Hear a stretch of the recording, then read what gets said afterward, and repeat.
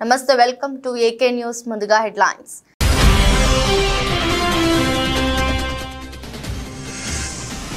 Dark days of emergency అంటూ ప్రధాని Modi tweet. ఎమర్జెన్సీపై పోరాటం చేసిన వారికి నివాళులర్పించే రోజన్న Modi.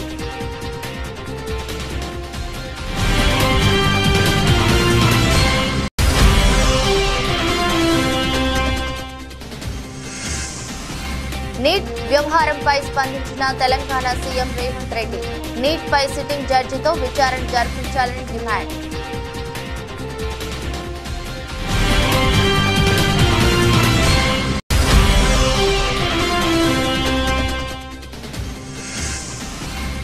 AP deputy CM Pavan Kalyan తో నిర్మాతల సమావేశం. పవన్ తో సమావేశం ఉల్లాసంగా సాగిందన్న అల్లు అరవింద్.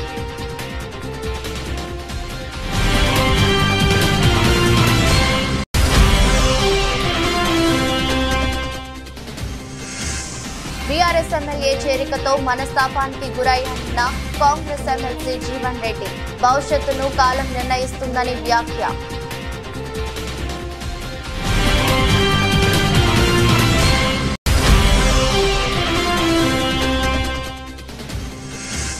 ఆస్ట్రేలియాను ఓడించి సగర్వంగా సెమీస్ కు టీమిండియా. ఆసీస్ ను 24 పరుగుల తేడాతో ఓడించిన టీమిండియా.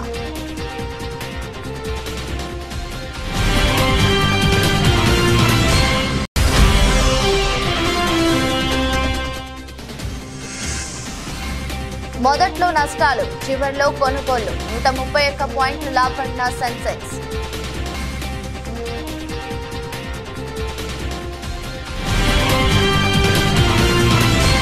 ఎమర్జెన్సీ రోజులు చీకటి రోజులని కాంగ్రెస్ తో విభేదించిన వారిని హింసించారు, వేధించారని ప్రధాని నరేంద్ర మోదీ మంగళవారం ఎక్స్ వేదికగా ట్వీట్ చేశారు. డార్క్ డేస్ ఆఫ్ ఎమర్జెన్సీ అని హ్యాష్-ట్యాగ్ తో ట్వీట్ చేశారు. ఇందిరాగాంధీ హయాంలో 25 జూన్ 1975 నుంచి 21 మార్చి 1977 వరకు విధించిన అత్యయక స్థితిపై మోదీ మరోసారి స్పందించారు. ఎమర్జెన్సీని వ్యతిరేకించి ఎదిరించిన వారందరికీ ఈ రోజు నివాళులర్పించే రోజు అని పేర్కొన్నారు. ప్రజల ప్రాథమిక స్వేచ్ఛను అలాగే ప్రతి భారతీయుడు గౌరవించే రాజ్యాంగాన్ని కాంగ్రెస్ పార్టీ ఆ రోజు తుంగలో తొక్కిందని మండిపడ్డారు. కాంగ్రెస్ పార్టీలో ఇప్పటికే ఎమర్జెన్సీ మనస్తత్వం సజీవంగా ఉందని విమర్శించారు. అందుకే ప్రజలు వారిని తిరస్కరించారన్నారు. ఎమర్జెన్సీ విధించిన వారికి రాజ్యాంగంపై తమ ప్రేమను చెప్పుకునే నైతిక హక్కు లేదన్నారు. ఎమర్జెన్సీ విధించిన పార్టీయే లెక్కలేనన్ని సందర్భాల్లో ఆర్టికల్ 356ను విధించిందన్నారు. పత్రికా స్వేచ్ఛను నాశనం చేయడానికి బిల్లును తీసుకువచ్చారన్నారు. ఫెడరలిజాన్ని నాశనం చేశారని మండిపడ్డారు. రాజ్యాంగంలోని ప్రతి అంశాన్ని ఉల్లంఘించారని ఆరోపించారు. బలహీన వర్గాలను అణిచివేసేందుకు సామాజికంగా తిరోగమన విధానాలను ఆవిష్కరించారని విమర్శించారు. కేవలం అధికారాన్ని అట్టిపెట్టుకోవడానికి కాంగ్రెస్ ప్రభుత్వం ప్రజాస్వామ్య సూత్రాలను విస్మరించి దేశాన్ని జైలు పాలు చేసిందని ఆగ్రహం వ్యక్తం చేశారు. నీట్ వ్యవహారంపై సిట్టింగ్ జడ్జితో విచారణ జరిపించాలని తెలంగాణ ముఖ్యమంత్రి రేవంత్ రెడ్డి డిమాండ్ చేశారు. ఢిల్లీలో ఆయన వరుసగా కేంద్ర మంత్రులతో భేటీ అయ్యారు. అనంతరం ఆయన ఏఐసిసి కార్యాలయానికి వెళ్లగా అక్కడ నీట్ పరీక్ష అంశంపై మీడియా ప్రతినిధులు ఆయనను ప్రశ్నించారు. ఈ సందర్భంగా ముఖ్యమంత్రి మాట్లాడుతూ ఏ ఒక్కరిపైనో కేసు వేసి క్లోజ్ చేసేందుకు సిబిఐ దర్యాప్తునకు ఆదేశించారని విమర్శించారు.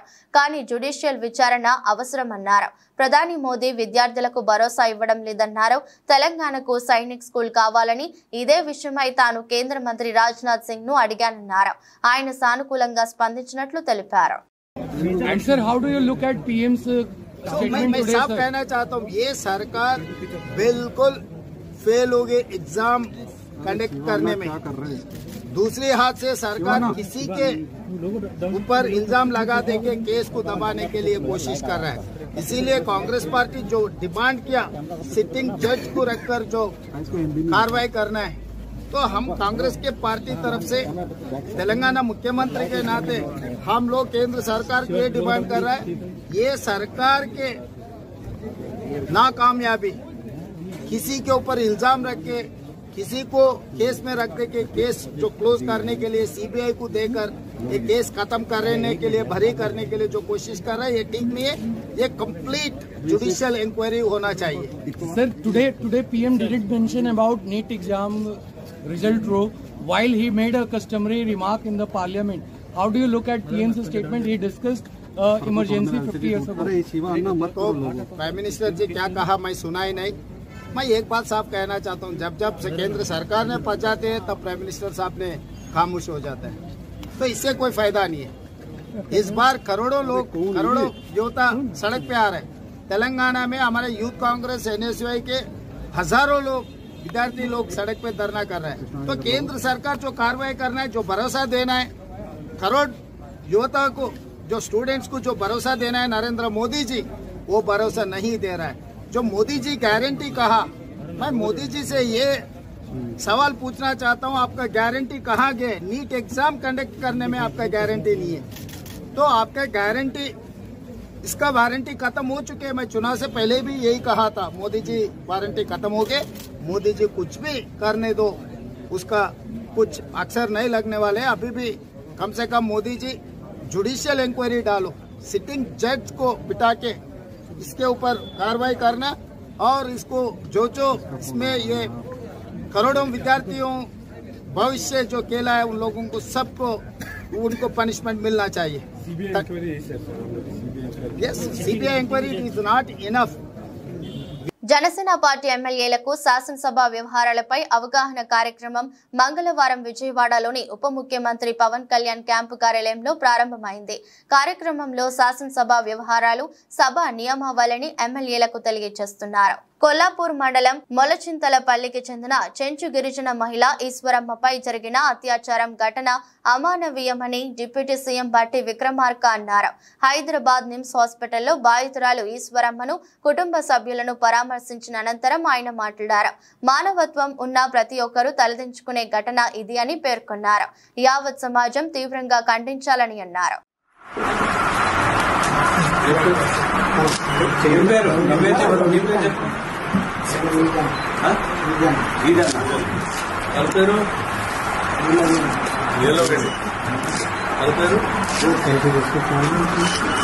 పర్లేదా? తగ్గిందా? వాయి వచ్చింది కదా, వాయి తగ్గిందా? ఎన్నిసార్లు వచ్చింది వాయి?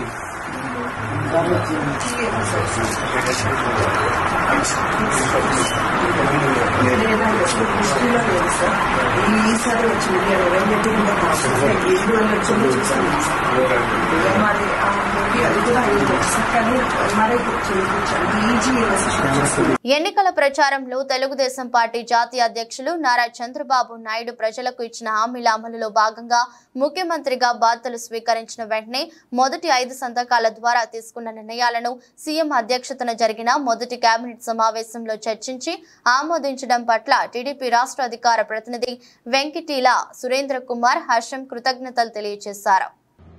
తెలుగుదేశం పార్టీ, జనసేన పార్టీ, భారతీయ జనతా పార్టీల కూటమి ప్రభుత్వం ఏర్పడిన తర్వాత ఈరోజు మొదటి కేబినెట్ సమావేశం విజయవంతంగా జరిగింది. ఈ సమావేశంలో గతంలో గౌరవ ముఖ్యమంత్రి శ్రీ నారా చంద్రబాబు నాయుడు గారు బాధ్యత స్వీకరించిన మొదటి రోజున మొదటి 5 సంతకాలు చేసినటువంటి నిర్ణయాలన్నింటినీ కూడా ఈరోజు కేబినెట్ మీటింగ్లో చర్చించి ఆమోదం జరిగింది. ఈరోజు కేబినెట్ సమావేశంలో ఆమోదించినటువంటి విషయాల మేరకు ఈ రాష్ట్రంలో మెగా డిఎస్ ద్వారా 16,347 మంది టీచర్ పోస్టులను భర్తీ చేయడానికి నిర్ణయం తీసుకోవడం జరిగింది. దీనివల్ల నిరుద్యోగ యువతకు మంచి ప్రయోజనం కలుగుతుంది. గత 5 సంవత్సరాల్లో ఒక డిఎస్సి కూడా జరగకుండా ఒకే ఒక టీచర్ పోస్టు కూడా భర్తీ చేయలేదు. అదేవిధంగా అన్నా క్యాంటీన్లు గత ప్రభుత్వ పాలనలో పేదల ఆకలి తీస్తున్నటువంటి అన్నా క్యాంటీన్లు మూసివేయడం జరిగింది. ఈరోజు కేబినెట్ ద్వారా తిరిగి రాష్ట్రంలో గతంలో అమలు ఉన్నటువంటి 183 అన్నా క్యాంటీన్లను ప్రారంభించడం జరుగుతుంది. మరి అన్నా క్యాంటీన్ ద్వారా 5 రూపాయలకే ఒక పూట పేదలకు, చిరుద్యోగులు కానీ నిరాశ్రులకు అందరూ కూడా భోజన వసతి కల్పించడం జరుగుతుంది. మరి రానున్న రోజుల్లో మరో 20 క్యాంటీన్లు అదనంగా కూడా ఏర్పాటు చేయడం కూడా నిర్ణయం తీసుకోవడం జరిగింది. జగిత్యాల ఎమ్మెల్యే డాక్టర్ సంజయ్ కుమార్ చేరిక నేపథ్యంలో కాంగ్రెస్ పార్టీకి రాజీనామా చేయాలని యోచిస్తున్న ఎమ్మెల్సీ జీవన్ రెడ్డిని మంత్రి శ్రీధర్ బాబు బుజ్జగిస్తున్నారు. జగిత్యాలలోని సీనియర్ నేత నివాసానికి మంత్రి వెళ్లారు. అంతకుముందు పార్టీ నాయకులు అది శ్రీనివాస్ అడ్లూరి, లక్ష్మణ్ కుమార్ తదితరులు ఆయనతో చర్చ జరిపారు. ఆ తర్వాత శ్రీధర్ బాబు రంగంలోకి దిగారు. బుజ్జగింపుల నేపథ్యంలో కాంగ్రెస్ కార్యకర్తలు, జీవన్ రెడ్డి అనుచరులు పెద్ద ఎత్తున ఆయన నివాసానికి చేరుకున్నారు. తాను పార్టీ కోసం 40 ఏళ్లుగా చిత్తశుద్ధితో పనిచేశానని ఆయన శ్రీధర్ బాబుతో వాపోయారు. బీఆర్ఎస్ అధికారంలో ఉన్నప్పుడు కేసీఆర్, హరీష్ రావు, కేటీఆర్ వంటి నేతలు ఆహ్వానించినప్పటికీ తాను పార్టీని విడదలదని తెలిపారు. తనకు పీసీసీ అధ్యక్ష పదవి విషయంలో అన్యాయం జరిగిందని, ఇప్పుడు అన్యాయమే జరిగిందని ఆవేదన వ్యక్తం చేశారని తెలుస్తోంది. కనీసం ఎమ్మెల్యే చేరిక గురించి కూడా తనకు సమాచారం లేదని వాపోయారని సమాచారం. తనకు సరైన గౌరవం ఇవ్వలేదన్నారు. అయితే మీ గౌరవానికి తగిన పదవి ఇస్తామని జీవన్ రెడ్డికి శ్రీధర్ బాబు నచ్చచెప్పారని తెలుస్తోంది. తెలుగు సినీ నిర్మాతలు విజయవాడలో AP deputy CM Pavan Kalyan తో సమావేశమయ్యారు. పవన్ క్యాంపు కార్యాలయంలో సమావేశం ముగిసిన అనంతరం సీనియర్ నిర్మాత అల్లు అరవింద్ మీడియాతో మాట్లాడుతూ ఉప ముఖ్యమంత్రి పవన్ కళ్యాణ్ తో సమావేశం ఉల్లాసంగా సాగిందని వెల్లడించారు. చిత్ర పరిశ్రమకు సంబంధించి అంశాలు కూడా ఈ సమావేశంలో మాట్లాడుకున్నప్పటికీ ఈసారి రాష్ట్ర ప్రభుత్వాన్ని చిత్ర పరిశ్రమ ప్రతినిధుల బృందం కలిసినప్పుడు అన్ని విషయాలు చెప్తామని తెలిపారు. ఇవాళ పవన్ కళ్యాణ్ గారిని కలవడానికి వచ్చాము. ఇది ఒక గుడ్ విల్ విజిట్. ఈ విజిట్లో ఏంటంటే మేము కులాసాగా మాట్లాడుకోవడం కాకుండా మేము ప్రత్యేకంగా వచ్చింది chief minister, honourable chief minister గారి అపాయింట్మెంట్ ఇస్తే మా ఇండస్ట్రీ మొత్తం తరలి వచ్చి, అంటే మా ఛాంబరు ఇతర అన్ని అసోసియేషన్స్ కలిపి ఒకసారి వచ్చి చీఫ్ మినిస్టర్ గారిని, ఉప ముఖ్యమంత్రి పవన్ కళ్యాణ్ గారిని, వీరందరినీ అభినందించడానికి ఒకరోజు మాకు అపాయింట్మెంట్ ఇప్పించండి అని అడగడానికి వచ్చాం. వారు తప్పకుండా త్వరలో అది చేస్తామన్నారు. చాలా గట్టిగా మాట్లాడతానండి, మీది వీకేమో చూడండి. ఆ పని మీద వచ్చాం. చాలా మనస్ఫూర్తిగా కాసేపు మాట్లాడి చాలా ఆనందపడ్డాం. త్వరలో మళ్ళీ total representation of the film industry తోటి ఇక్కడికి వచ్చి వారిని అభినందించడానికి మళ్ళీ వస్తాం. Thank you. ఏమీ లేదు. మీరనే టికెట్ అనేది చాలా చిన్న విషయం అండి, దాని గురించి రాలేదు. ఇండస్ట్రీలో విషయాలు కొన్ని మాట్లాడుకున్నాం, కానీ రిప్రజెంటేషన్ వస్తుంది కదా, అప్పుడు అన్ని సమగ్రంగా మాట్లాడతాం. Thank you very much. Congress పార్టీలో జగిత్యాల ఎమ్మెల్యే సంజయ్ కుమార్ చేరిక పట్ల తాను తీవ్ర మనస్తాపానికి గురయ్యానని, ఈ విషయాన్ని పార్టీ అధిష్టానం దృష్టికి తీసుకువెళ్తానని కాంగ్రెస్ సీనియర్ నేత ఎమ్మెల్సీ జీవన్ రెడ్డి అన్నారు. పార్టీ వీడుతారనే ప్రచారం నేపథ్యంలో మంత్రి శ్రీధర్ బాబు ఆయన నివాసానికి చేరుకుని బుజ్జగించారు. అనంతరం జీవన్ రెడ్డి మీడియాతో మాట్లాడుతూ పార్టీ నియమ నిబంధనలను పాటిస్తానన్నారు. కానీ సంజయ్ చేరికపై కార్యకర్తల మనోభావాలను పట్టించుకోలేదని ఆవేదన వ్యక్తం చేశారు. ఇంతకాలం పార్టీ కోసమే పనిచేశానని, కార్యకర్తల మనోభావాలను గౌరవించాల్సిన బాధ్యత తనపై ఉందన్నారు. తన భవిష్యత్తును కాలమే నిర్ణయిస్తుందన్నారు. పార్టీలో జరుగుతున్న పరిణామాలను అందరూ గమనిస్తున్నారు. ఇలా కార్యకర్తలు ముఖ్యంగా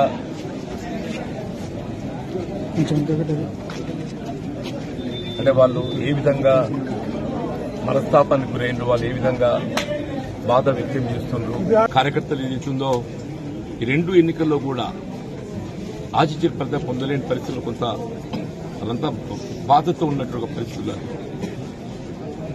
ఇవాళ మరి ఇక్కడ ఇంతకాలం ఏదైతుందో ఎవరితోనైతే పోరాటం చేసినామో మరి ఆ శాసనసభ్యుడిని ఏదైతుందో ఏకపక్షంగా పార్టీలో చేర్చుకోవడం పట్ల కార్యకర్తలందరూ కూడా వారి యొక్క బాధ,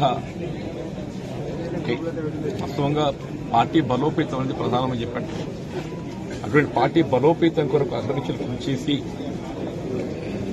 4 దశాబ్దాల ఈ ప్రాంతం పార్టీ పటిష్టానికి పనిచేస్తుంది, ప్రజలకు అందుబాటులో ఉండి సమస్యల పరిష్కారానికి తోడ్పడుతున్న పరిస్థితులలో ఇవాళ సరే శాసనసభ్యుల సంఖ్యాబలం అనే భావనే కావచ్చు, ఆలోచన ఏదైనా కానీ ఏదైతుందో ఏకపక్షంగా నిర్ణయం తీసుకోవడంతో కార్యకర్తలు తట్టుకోలేకపోతున్నారు. వారి యొక్క మరి ఆలోచన సూచనలు దానికి అనుగుణంగా భవిష్యత్తు కార్యక్రమాన్ని నిర్ణయం తీసుకొని జరుగుతుంది. మరి భవిష్యత్తు కాలం నిర్ణయిస్తుంది. భవిష్యత్తు నిర్ణయం ఏదైతుందో కాలం నిర్ణయిస్తుంది, దానికి అనుగుణంగా ముందు పడుతుంది. అంటే ఇప్పుడు శ్రీధర్ మంత్రి శ్రీధర్బాబుతో మీరు మాట్లాడారు కదా, మీరు అంటే ఆయన సమ్మతించారా? విద్వత్ సంతృప్తి అనేది కాదు, జరిగిన పరిణామాలపై ఏదైతుందో చర్చించడం జరిగింది. జరిగిన పరిణామాలపై చర్చించడం జరిగింది. కానీ శాసనసభ్యులు అనేది సంఖ్యాపరంగా మరి ప్రభుత్వానికి అండగా ఉండాలనే భావనతోని మరి ఇతర పార్టీలకు చెందినటువంటి ఒక శాసనసభ్యులు పార్టీలు చేసుకోవాలని చెప్పని తలంతొచ్చు. కానీ ఆ చేరిక అనేది ఆ ప్రాంత కార్యకర్తల యొక్క మనోభావాలను కూడా గౌరవించాల్సినటువంటి బాధ్యత పార్టీపై ఉంటుందని. ట్రాఫిక్ నియంత్రణపై ఎన్ఎస్ఎస్ నేషనల్ స్టూడెంట్ సర్వీస్ వాలంటీర్లకు శిక్షణ మొదలు పెడుతున్నట్లు డీజీపీ రవిగుప్తా హైదరాబాద్ బషీర్బాగ్ లో తెలిపారు. వివిధ కాలేజీలకు చెందిన వాలంటీర్లకు బ్యాచ్ల వారీగా పోలీసులు శిక్షణ ఇవ్వనున్నట్లు ఆయన వెల్లడించారు. మొదటి బ్యాచ్ లో 100 మంది వాలంటీర్లకు శిక్షణ ఇస్తున్నట్లు వివరించారు. శిక్షణ అనంతరం ట్రాఫిక్ క్రమబద్ధీకరణలో వాలంటీర్లు భాగస్వామ్యం కానున్నారు. This is one thing which we have to be very careful about, and we have to follow the rules and regulations. Whether we are drivers, whether we are pedestrians, whether we are just walking on the road for whatever purpose, it affects all of us. We know that millions of people are affected. Either it may be injury or it may be death because of road accidents worldwide. And of course, we contribute a major part of that. As Vishwakarma was saying, we contribute about 11% of that. It's a pretty high number. Traffic regulation relates to the rules and regulations, the guidelines which govern the movement of traffic, the movement of civilians on the road. All of you at some point or the other, you must have experienced problems or faced problems because of traffic snarls, traffic congestions and things like that. Imagine your relative, somebody needs to reach a hospital urgently, he's in an ambulance, but because of traffic congestion, traffic jam, the ambulance is not able to make its way to the hospital in time. It can happen to any one of us. It can happen to me, it can happen to you. So if no one is safe, so we have to be involved, and we have to be involved as a community in regulation of traffic. Here, I would just like to relate, like to mention in Siddipet జిల్లాలో మత్తు పదార్థాల నిర్మూలనే లక్ష్యంగా జిల్లా police శాఖ పనిచేస్తుందని, ప్రభుత్వం నిషేధించిన గంజాయి, గుట్కా, మరే ఇతర మత్తు పదార్థాల గురించి జిల్లా పోలీస్ కమిషనర్ అనురాధ ఆదేశాల మేరకు బెజ్జంకి మండలం కేంద్రం, గుండారం, బెజ్జంకి క్రాసింగ్లలో, పాన్ షాపులు, కిరాణా దుకాణంలలో మత్తు పదార్థాలను గుర్తించే పోలీసు జాగిలాలతో ఆకస్మిక తనిఖీలు నిర్వహించారు. ఈ సందర్భంగా బెజ్జంకి ఎస్ఐ జె కృష్ణారెడ్డి మాట్లాడుతూ గుట్కా ప్యాకెట్లు, గంజాయి, ఇతరత్ర మత్తు పదార్థాలు కలిగి ఉన్న విక్రయించిన చట్ట ప్రకారం చర్యలు తీసుకుంటామని తెలిపారు. బెజ్జంకి పోలీస్ స్టేషన్ పరిధిలో ఎవరైనా వ్యక్తుల వద్ద పాన్ షాపులలో విక్రయిస్తున్నారని తెలిస్తే 100కు డయల్ చేసి సమాచారం అందించాలని ఆయన కోరారు. ఈ కార్యక్రమంలో Bejjanki head constable Kanakayya, constable Santosh Reddy, Jogu Srinivas పాల్గొన్నారు.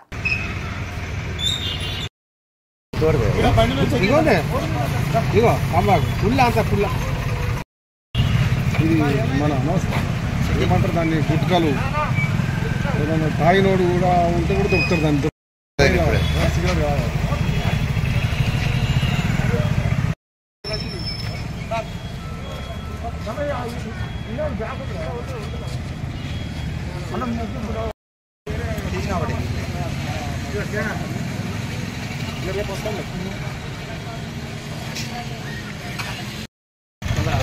అందుకని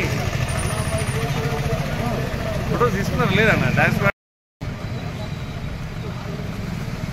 రామాయంపేట మున్సిపల్ కార్యాలయంలో మున్సిపల్ సాధారణ సమావేశం మున్సిపల్ కమిషనర్ దేవేందర్ ఆధ్వర్యంలో మున్సిపల్ చైర్మన్ పల్లె జితేందర్ గౌడ్ అధ్యక్షతన నిర్వహించారు.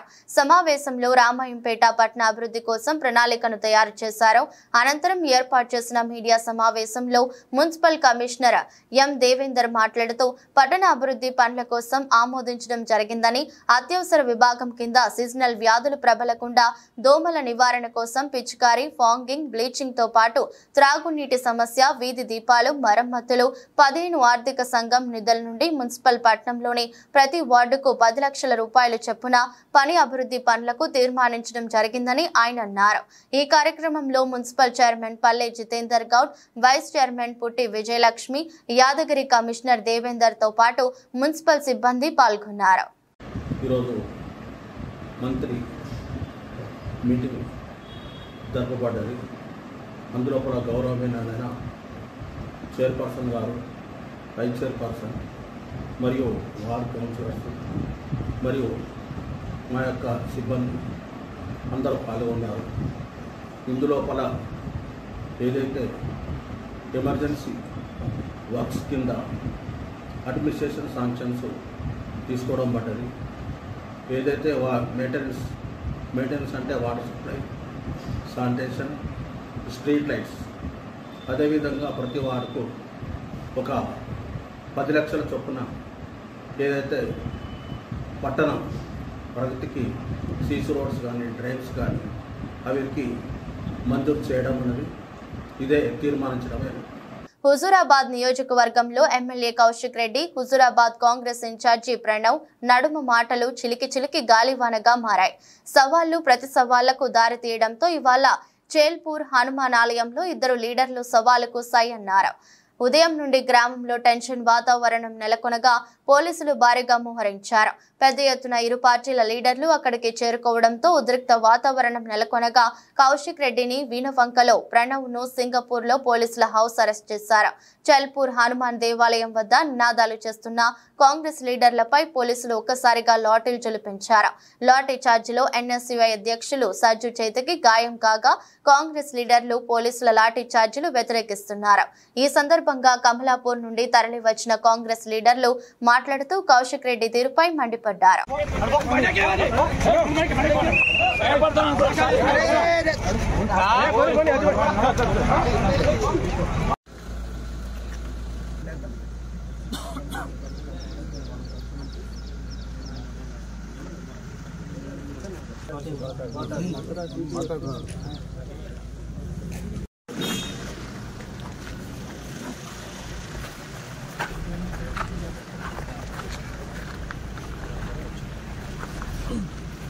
తమ న్యాయమైన సమస్యలను పరిష్కరించాలని డిమాండ్ చేస్తూ జూనియర్ డాక్టర్లు నిరవధిక సమ్మె చేపట్టారు. ఉస్మానియా ఆసుపత్రిలో ఓపీ సేవలు, ఎలెక్టివ్ సర్జరీలు, వార్డు డ్యూటీలను సోమవారం ఉదయం నుంచి పూర్తిగా బహిష్కరించిన జూడాలు హైదరాబాద్ కోటిలోని ఉస్మానియా మెడికల్ కాలేజీ ఆవరణలో బైఠాయించారు. తమ డిమాండ్లను పరిష్కరించే వరకు తమ నిరవధిక సమ్మె కొనసాగుతుందని స్పష్టం చేశారు.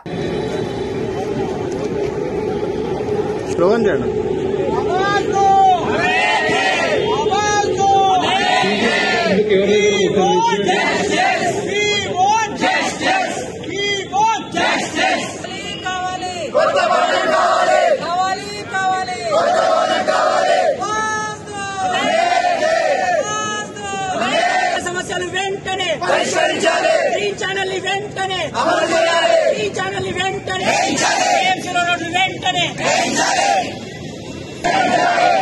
సమస్యలు వెంటనే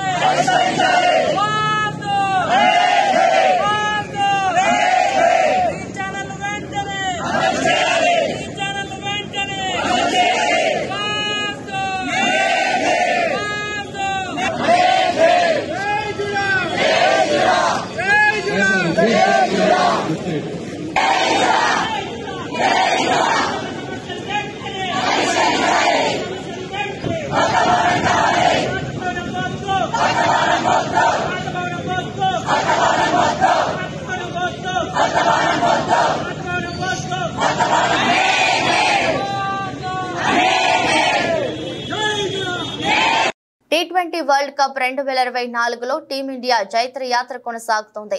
వరుసగా 6వ విజయాన్ని అందుకుంది. సోమవారం జరిగిన ఉత్కంఠ భరిత మ్యాచ్లో ఆస్ట్రేలియాను ఓడించి సగర్వంగా సెమీస్లో అడుగుపెట్టింది. కెప్టెన్ రోహిత్ శర్మ 41 బంతుల్లో 92 పరుగులు బాదడం, బౌలర్లు అందరూ సమిష్టిగా రాణించడంతో ఈ మ్యాచ్లో భారత్ ఘన విజయం సాధించింది. తొలుత బ్యాటింగ్ చేసి భారత్ నిర్దేశించిన 206 పరుగుల లక్ష్యాన్ని ఆసీస్ ఛేదించలేకపోయింది. నిర్ణీత 20 ఓవర్లలో 7 వికెట్లు కోల్పోయి 181 పరుగులు మాత్రమే చేయగలిగింది. దీంతో భారత్ 24 పరుగుల తేడాతో జయకేతనం ఎగురవేసింది. గ్రూప్ 1 నుంచి సెమీఫైనల్స్ కు అర్హత సాధించిన టీమిండియా ఇంగ్లాండ్ తో తలపడనుంది. జూన్ 27న గయానాలోని ప్రొవిడెన్స్ స్టేడియంలో 2వ సెమీఫైనల్ పోరులో ఈ రెండు జట్లు తలపడనున్నాయి. కాగా 2022 టీ20 వరల్డ్ కప్ లో కూడా సెమీఫైనల్లో ఈ రెండు జట్లు తలపడ్డాయి. అయితే ఆ మ్యాచ్ లో భారత్ ను ఓడించి ఫైనల్ కు వెళ్లిన ఇంగ్లీష్ జట్టు టైటిల్ ను కూడా కైవసం చేసుకుంది. కాగా గ్రూప్ 1 నుంచి మరో సెమీఫైనల్ బర్త్ కోసం ఆస్ట్రేలియా, ఆఫ్ఘనిస్తాన్ జట్ల మధ్య పోటీ నెలకొంది. బంగ్లాదేశ్ పై గెలిస్తే ఆఫ్ఘనిస్తాన్ నేరుగా సెమీస్ చేరుకుంటుంది. ఒకవేళ ఓడిపోతే నెట్ రన్ రేట్ ఆధారంగా ఆసీస్, ఆఫ్ఘాన్ జట్లతో ఒకటి సెమీస్ చేరుకుంటుంది. అర్హత సాధించిన జట్టు దక్షిణాఫ్రికాను ఢీకొట్టాల్సి ఉంటుంది. దేశీయ సూచీలో ఈ వారాన్ని లాభాలతో ప్రారంభించాయి. రోజంతా తీవ్ర ఒడిదుడుకులు ఎదుర్కొన్న సూచీలకు చివర్లో కొనుగోళ్ల మద్దతు లభించింది. దీంతో నష్టాల నుంచి లాభాల బాట పట్టాయి. ఉదయం భారీ నష్టాలతో ప్రారంభమైన మార్కెట్లు ఆ తర్వాత క్రమంగా కోలుకున్నాయి. మధ్యాహ్నం తర్వాత ఒకసారిగా లాభాల బాట పట్టాయి. దీంతో సెన్సెక్స్ 131 పాయింట్ల లాభంతో రోజును ముగించుకుంది. శుక్రవారం ముగింపు 77,209తో పోల్చుకుంటే దాదాపు 400 పాయింట్ల నష్టంతో 76,885 వద్ద రోజును ప్రారంభించిన సెన్సెక్స్ ఉదయం చాలా వరకు నష్టాల్లోనే కదలాడింది. ఒక దశలో 500 పాయింట్లు కోల్పోయి 76,745 వద్ద ఇంట్రాడే కనిష్టానికి చేరింది. అయితే చివర్లో కొనుగోళ్ల మద్దతు లభించడంతో ఇంట్రాడే కనిష్టం నుంచి ఒక దశలో ఏకంగా 700 పాయింట్లు ఎగబాకింది. చివరకు 131 పాయింట్ల లాభంతో 77,341 వద్ద రోజును ముగించింది. ఇక నిఫ్టీ 365 పాయింట్ల లాభంతో 23,537 వద్ద స్థిరపడింది. సెన్సెక్స్ లో Astral Limited, Cummins, Godrej, Properties, Info Edge షేర్లు లాభపడ్డాయి. Container Corporation, SAIL, RBL Bank, Sun TV Network షేర్లు నష్టాలను మూటగట్టుకున్నాయి. నిఫ్టీ మిడ్ క్యాప్ ఇండెక్స్ 147 పాయింట్లు లాభపడింది. బ్యాంక్ నిఫ్టీ 42 పాయింట్లు లాభపడింది. డాలర్తో పోలిస్తే రూపాయి మారకం విలువ 83.46గా ఉంది. వార్తను ముగించే ముందు మరోసారి హెడ్లైన్స్.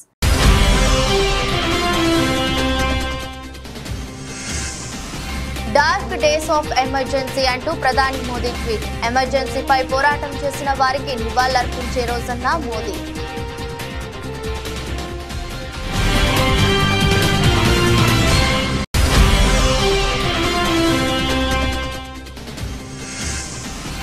నీట్ వ్యవహారంపై స్పందించిన తెలంగాణ సీఎం రేవంత్ రెడ్డి. నీట్ పై సిట్టింగ్ జడ్జితో విచారణ జరిపించాలని డిమాండ్.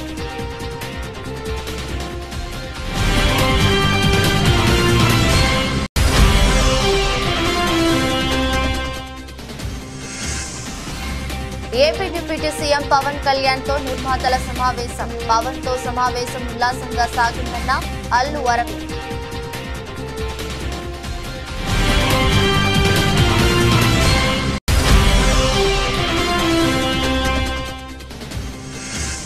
బీఆర్ఎస్ ఎమ్మెల్యే చేరికతో మనస్తాపానికి గురయ్యాన్న కాంగ్రెస్ ఎమ్మెల్సీ జీవన్ రెడ్డి. భవిష్యత్తును కాలం నిర్ణయిస్తుందని వ్యాఖ్య.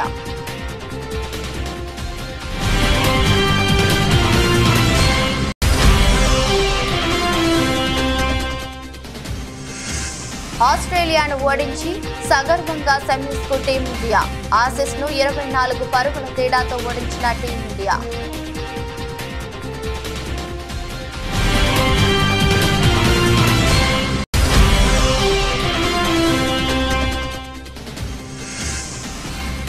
మొదట్లో నష్టాలు, చివర్లో కొనుగోళ్లు. 131 పాయింట్లు లాభపడిన సెన్సెక్స్.